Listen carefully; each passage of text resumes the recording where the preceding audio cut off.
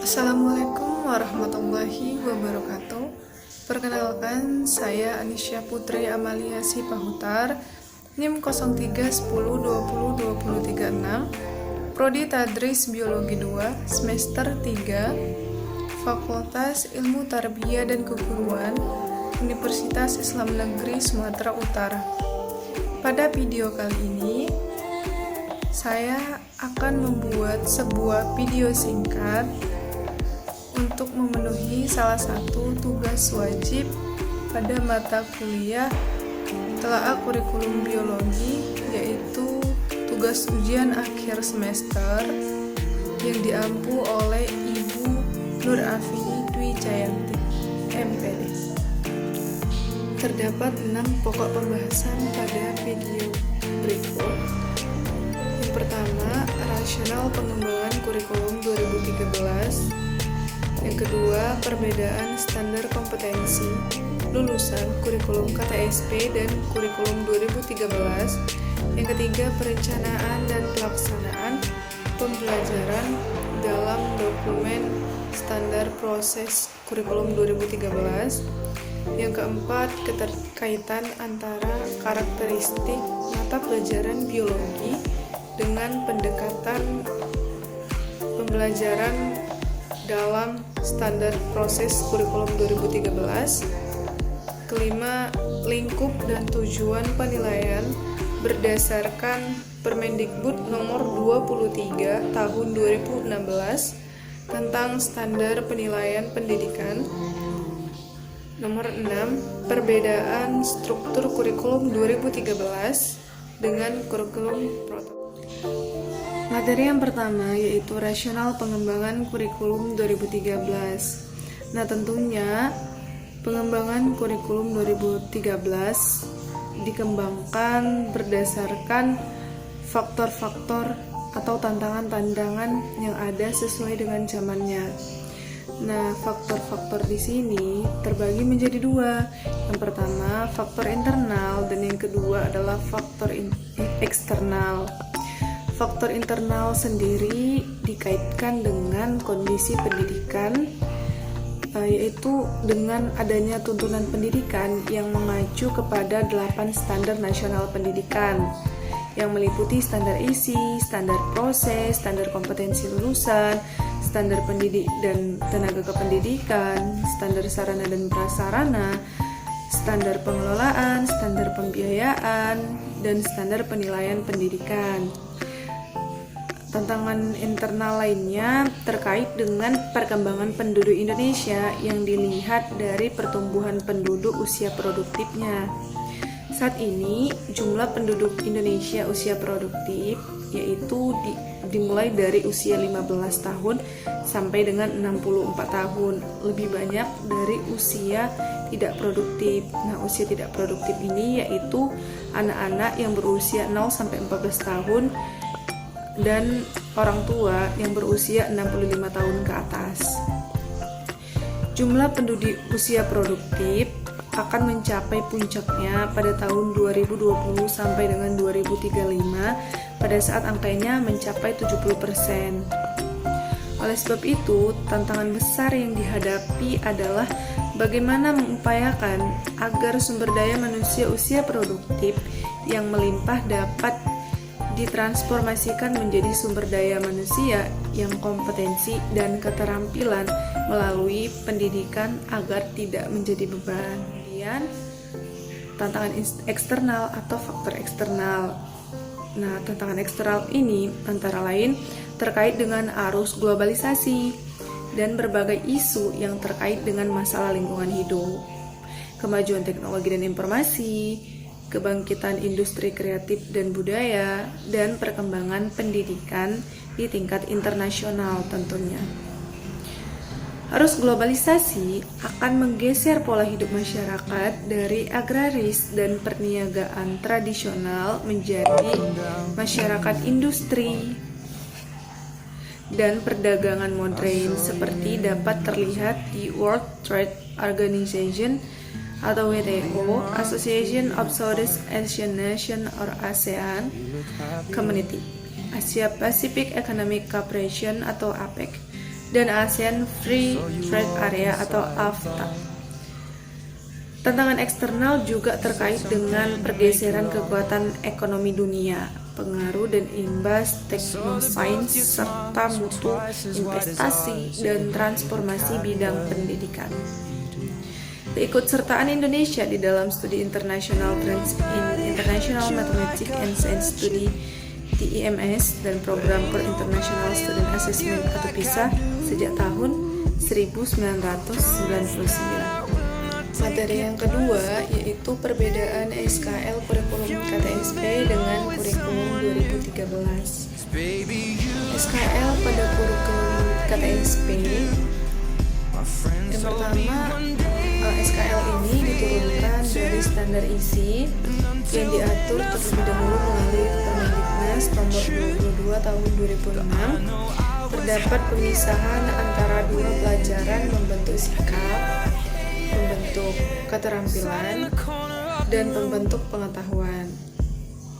Kompetensi diturunkan dari mata pelajaran. Sedangkan SKL kurikulum 2013, SKL ini diturunkan dari kebutuhan manusia Indonesia kini dan masa yang akan datang. Pada SKL kurikulum KTSP, SKL-nya meliputi yang pertama, SKL minimal satuan pendidikan dasar dan menengah atau SKL dikembangkan berdasarkan tujuan setiap satuan pendidikan. Yang kedua, SKL minimal kelompok mata pelajaran, kualifikasi kemampuan minimal peserta didik pada setiap kelompok mata pelajaran yang mencakup kelompok mata pelajaran agama dan akhlak mulia, kewarganegaraan dan kepribadian, ilmu pengetahuan dan teknologi, estetika dan jasmani, olahraga dan kesehatan. Yang ketiga, SKL minimal mata pelajaran, yaitu kualifikasi kemampuan minimal peserta didik yang menggambarkan penguasaan sikap, pengetahuan, dan keterampilan untuk mata pelajaran tertentu. Sedangkan SKL pada kurikulum 2013 meliputi yang pertama, kompetensi lulusan SD, MI, SDLB atau paket A. Yang kedua, kompetensi lulusan SMP, MTS, SMPLB paket B. Dan yang ketiga, kompetensi lulusan SMA, MA, SMK, MAK, SMALB itu paket C. Rumusan SKL pada kurikulum 2013, setiap jenjang pendidikan satuan pendidikan dasar dan menengah dijelaskan secara rinci pada 3 dimensi, yaitu sikap, pengetahuan, dan keterampilan. Semua mata pelajaran harus berkontribusi terhadap pembentukan sikap, keterampilan, dan pengetahuan yang ada pada SKL. Kemudian gradasi untuk dimensi sikap, pengetahuan, dan keterampilan antar jenjang pendidikan memperhatikan yang pertama itu perkembangan, yang kedua psikologis anak, yang ketiga lingkup dan kedalaman, yang keempat kesinambungan, fungsi dan satuan pendidikan, serta lingkungan. Materi yang ketiga yaitu perencanaan dan pelaksanaan pembelajaran dalam dokumen standar proses kurikulum 2013.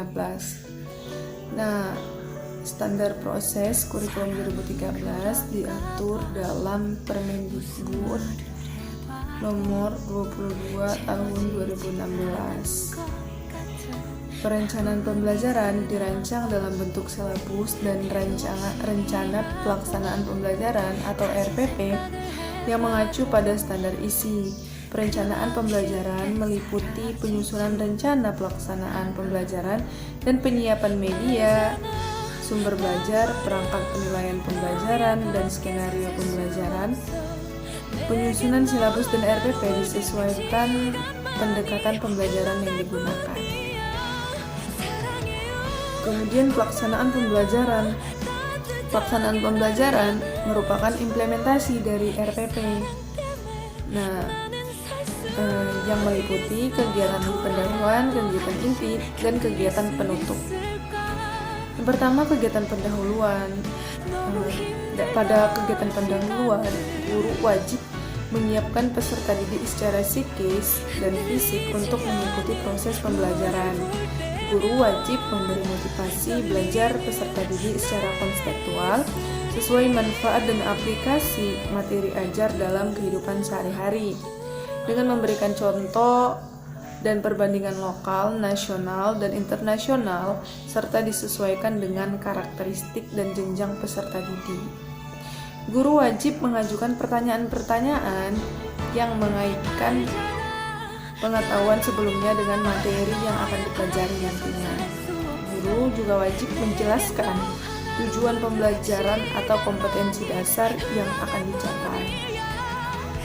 Guru wajib menyampaikan cakupan materi dan penjelasan uraian kegiatan sesuai dengan silabus. Yang kedua, kegiatan inti. Kegiatan inti ini menggunakan model pembelajaran, metode pembelajaran, media pembelajaran, dan sumber belajar yang disesuaikan dengan karakteristik peserta didik dan mata pelajarannya. Seperti yang pertama, sikap sesuai dengan karakteristik sikap. Maka salah satu alternatif yang dipilih adalah proses afeksi, mulai dari menerima, menjalankan, menghargai, menghayati, dan mengamalkan. Kemudian pengetahuan dimiliki melalui aktivitas mengetahui, memahami, menerapkan, menganalisis, mengevaluasi, hingga mencipta. Lalu keterampilan diperoleh melalui kegiatan mengamati, menanya, mencoba, menalar, menyaji, dan mencipta. Seluruh isi materi, topik dan subtopik mata pelajaran yang diturunkan dari keterampilan harus mendorong peserta didik untuk melakukan proses pengamatan hingga penciptaan. Yang ketiga, kegiatan penutup. Dalam kegiatan penutup, guru bersama peserta didik, baik secara individual maupun kelompok, melakukan refleksi untuk mengevaluasi seperti seluruh rangkaian aktivitas pembelajaran dan hasil-hasil yang diperoleh untuk selanjutnya secara bersama-sama menemukan manfaat langsung maupun tidak langsung dari hasil pembelajaran yang telah berlangsung. Materi yang keempat yaitu keterkaitan antara karakteristik mata pelajaran biologi dengan pendekatan pembelajaran dalam standar proses kurikulum 2013. Keterkaitan antara karakteristik mata pelajaran biologi dengan pendekatan pembelajaran dalam standar proses kurikulum 2013 adalah mata pelajaran biologi disusun berdasarkan desain pembelajaran pada standar proses kurikulum 2013 yang dirancang dalam bentuk silabus dan rencana pelaksanaan pembelajaran atau RPP yang mengacu pada standar lulusan dan standar isi. Dalam kurikulum 2013, pembelajaran biologi pada tingkat SMA atau MA diarahkan pada pemilihan dimensi pengetahuan dan dimensi proses kognitif. Dimensi pengetahuan meliputi pengetahuan faktual, konseptual, prosedural, dan metakognisi. Adapun dimensi proses kognitif meliputi mengingat, memahami, menerapkan, menganalisis, mengevaluasi, dan mencipta atau mengkreasi. Aspek kerja ilmiah dalam kurikulum 2013 dapat dimasukkan dalam aspek keterampilan. Peserta didik diharapkan mampu mengolah, menalar, dan menyaji dalam ranah konkret dan ranah abstrak terkait dengan pengembangan dari yang dipelajarinya di sekolah secara mandiri dan mampu menggunakan metode sesuai kaidah keilmuan. Dengan mempelajari biologi akan tumbuh dari diri peserta didik penghayatan dan pengamalan dari ajaran agama. Pembelajaran biologi agama yang dianutnya. Biologi banyak mengandung muatan-muatan keimanan dan pengayaan ajaran agama. Pembelajaran biologi diharapkan dapat mengkaitkan apa yang dipelajarinya dengan entitas manusia sebagai makhluk ciptaan Tuhan. Melalui panca inderanya, peserta didik dapat mengeksplorasi alam, memahami proses yang berlangsung, sehingga menghasilkan kemampuan metakognitif yang tinggi dan berperilaku sebagai insan yang beriman. Materi yang kelima yaitu lingkup dan tujuan penilaian berdasarkan Permendikbud nomor 23 tahun 2016. Nah, lingkup penilaiannya terdapat pada pasal 2 yang berbunyi penilaian pendidikan pada pendidikan dasar dan pendidikan menengah terdiri atas pertama, penilaian hasil belajar oleh pendidik, yang kedua, penilaian hasil belajar oleh satuan pendidikan, dan yang ketiga, penilaian hasil belajar oleh pemerintah. Nah, di pasal 3 berbunyi yang pertama, penilaian hasil belajar peserta didik pada pendidikan dasar dan pendidikan menengah mengikuti aspek sikap, pengetahuan, dan keterampilan. Yang kedua, penilaian sikap sebagaimana dimaksud pada ayat 1 huruf A merupakan kegiatan yang dilakukan oleh pendidik untuk memperoleh informasi deskriptif mengenai perilaku peserta didik. Yang ketiga, penilaian pengetahuan sebagaimana dimaksud pada ayat 1 huruf B merupakan kegiatan yang dilakukan untuk mengukur penguasaan pengetahuan peserta didik. Keempat, penilaian keterampilan sebagaimana dimaksud pada ayat 1 huruf C yaitu merupakan kegiatan yang dilakukan untuk mengukur kemampuan peserta didik menerapkan pengetahuan dalam melakukan tugas tertentu. Kemudian yang kelima, penilaian pengetahuan dan keterampilan sebagaimana dimaksud pada ayat 3 dan ayat 4 dilakukan oleh pendidik, satuan pendidikan, dan pemerintah. Kemudian tujuan penilaian terdapat pada pasal 4. Yang pertama, penilaian hasil belajar oleh pendidik bertujuan untuk memantau dan mengevaluasi proses kemajuan belajar dan perbaikan hasil belajar peserta didik secara berkesinambungan. Yang kedua, penilaian hasil belajar oleh satuan pendidikan bertujuan untuk menilai pencapaian standar kompetensi lulusan untuk semua mata pelajaran. Yang ketiga, penilaian hasil belajar oleh pemerintah bertujuan untuk menilai pencapaian kompetensi lulusan serta nasional pada mata pelajaran tertentu. Materi yang keenam yaitu perbedaan struktur kurikulum 2013 dengan kurikulum prototipe.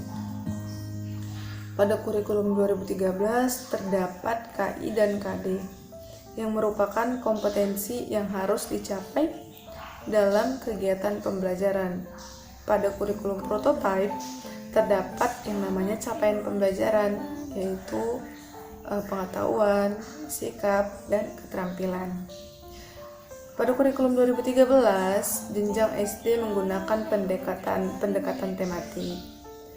Sedangkan pada kurikulum prototipe, jenjang SD kelas 4, 5, dan 6 tidak menggunakan pendekatan tematik. Kurikulum 2013 jumlah jam pelajarannya itu per minggu, sedangkan kurikulum prototipe jumlah jam pelajarannya itu per tahun. Kurikulum 2013 model pembelajarannya berbasis proyek, berbasis masalah, dan berbasis penemuan. Sedangkan pada kurikulum prototipe model pembelajarannya itu lebih ke kolaboratif. Kurikulum 2013 tidak terdapat mata pelajaran TIK yaitu atau teknologi informasi dan komunikasi. Sedangkan pada mata pelajaran kurikulum prototipe pelajaran TIK kembali dimunculkan. Kurikulum 2013, mata pelajaran IPA dan IPS itu berdiri sendiri. SD atau MI diintegrasikan ke dalam tema-tema yang ada. SMP atau MTS dikembangkan sebagai mata pelajaran Integrative Science dan Integrative Social Studies SMA atau MA itu terdapat mata pelajaran kelompok peminatan seperti peminatan matematika dan sebagainya. Sedangkan pada kurikulum prototipe, mata pelajaran IPA dan IPS untuk SD kelas 4 sampai kelas 6 itu dinamakan mata pelajaran ilmu pengetahuan alam sosial atau IPAS. Nah, hal ini dilakukan agar siswa jadi lebih siap mengikuti mata pelajaran IPA dan IPS yang dipisah di jenjang SMP. Nah, jadi di prototipe ini mata pelajaran IPA dan IPS itu tidak berdiri sendiri seperti pada kurikulum 2013, tetapi mata pelajaran itu dipisah. Pada tingkat SMA di kurikulum prototipe, jurusan atau peminatan IPA, IPS, dan bahasa dilaksanakan itu pada kelas 11 dan kelas 12, sementara pada kelas 10 masih mengikuti model pembelajaran di SMP. Jadi IPA dan IPS-nya itu masih digabung, sementara di kelas 11 dan kelas 12 baru dipisah.